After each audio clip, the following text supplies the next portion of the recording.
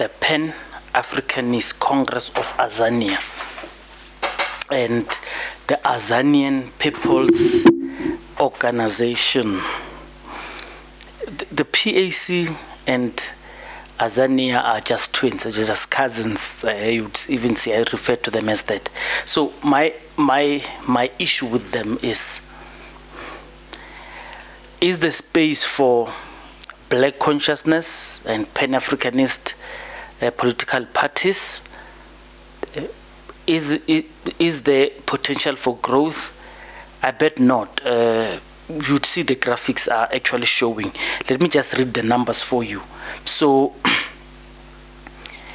in the last elections, the PAC got 32,000 and Azapo got, well, let's just call it 13,000.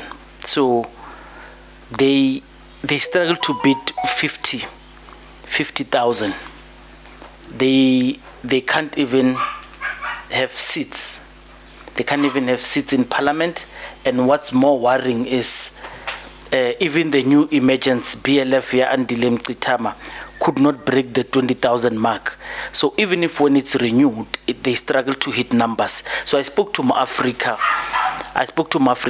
talking about the realities of having a political party that is leftist, leftist, Pan-Africanist and black consciousness, because there's no growth.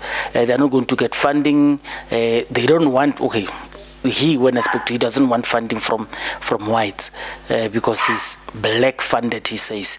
Sustainable, I doubt. It will not be sustainable.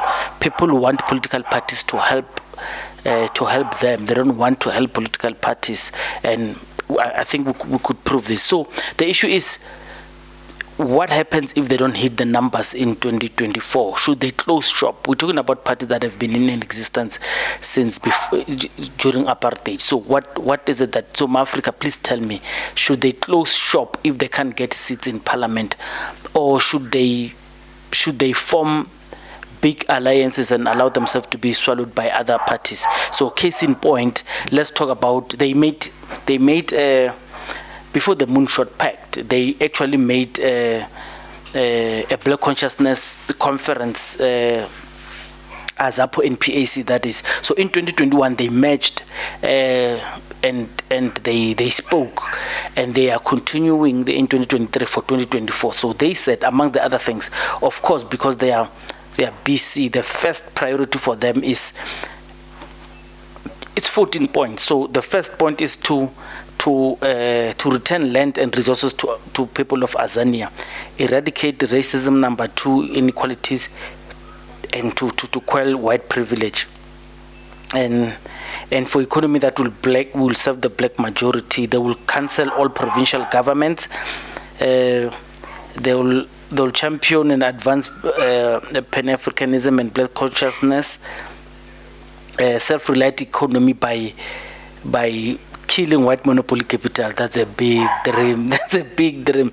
A system of education, they will cut it so it doesn't become a two system for the private and the Umalusi one.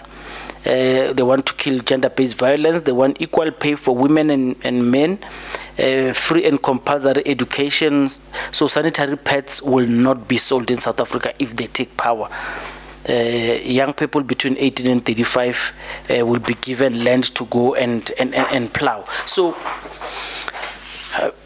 lots of pipe dreams, as you see, with a lot of these things in South Africa. People are not buying into it, but we'll see how far it goes.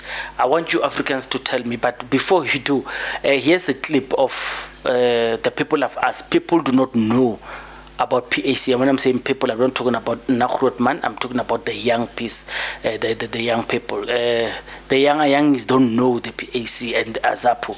And these are the people, this is the big chunk. So this is the successes of EFF, because they've got social media presence, they're gonna go there. And by the way, I spoke to SACP, not SACP, PAC's spokesperson since last year, telling them to send me someone to come to the studio to speak with. They have not been done that. I think that's a testament of how challenged they are. But so listen to this and then tell me what's your perspective, because I believe 2024 it's a mark. If they don't increase votes, they must allow themselves to be swallowed so they could create a black majority by working with other political parties, and we see how far it goes. Sharp. PAC or Azapo? Are those yes, political parties. Azapo or PAC? What are those? What are those things, bro? PAC or Azapo? Take one. Even if you don't know, just take one. Because I want people to judge you on your choice. Take one. Azapo, PAC. Yes. No, Azapo, I think it's no more. PAC, I go with PAC. 1959, the birth of Pan African Congress of Azanian under Sobukwe. The only agenda was the land. 10 years ago, the Red Berets came. What was the agenda? The land back. Another political party that came again 5 years ago, I think is the UAT, the ATM. Same agenda, the land back. UAT is here today, the land back. Now, the difference now is the era, the headline. It will be the woke of the lefty. Politics will change forever. Are you in alliance with PAC? Yes, we're not allied, we're friends. We are the friends of PAC. So how many? You see, I don't want to talk about leftist politics because, you know, EFF is a red left. Yes. Let me just talk about Pan Africanist and black consciousness ones. Yes. Is Azapo still contesting? I think Azapo, if I don't speak for them, they might collude with PAC, but last time I was with their leader was there representing himself. Yes. Yes, I think I was with them last month. Yes, just to touch base and understand the struggle. It's UAT, it's Azapo, it's PAC. I asked one of my guests, she's very young, she does not know what PAC and Azapo are. Okay. Yes, and AEF? Lightroom. It's fine. PAC or Azapo? What's that? Yololo. Like wanna crash yenu. What's that? Majita crash yenu. What is that? PAC Yeah? or Azapo? What's that? Is it football? No, it's not football. What is it? Pan Africanist Congress is a liberation movement similar to ANC and IFP. So they are more African. So they are the Africans. But the stuff will be here for your audience to see. Azapo is almost like their cousin. Yes.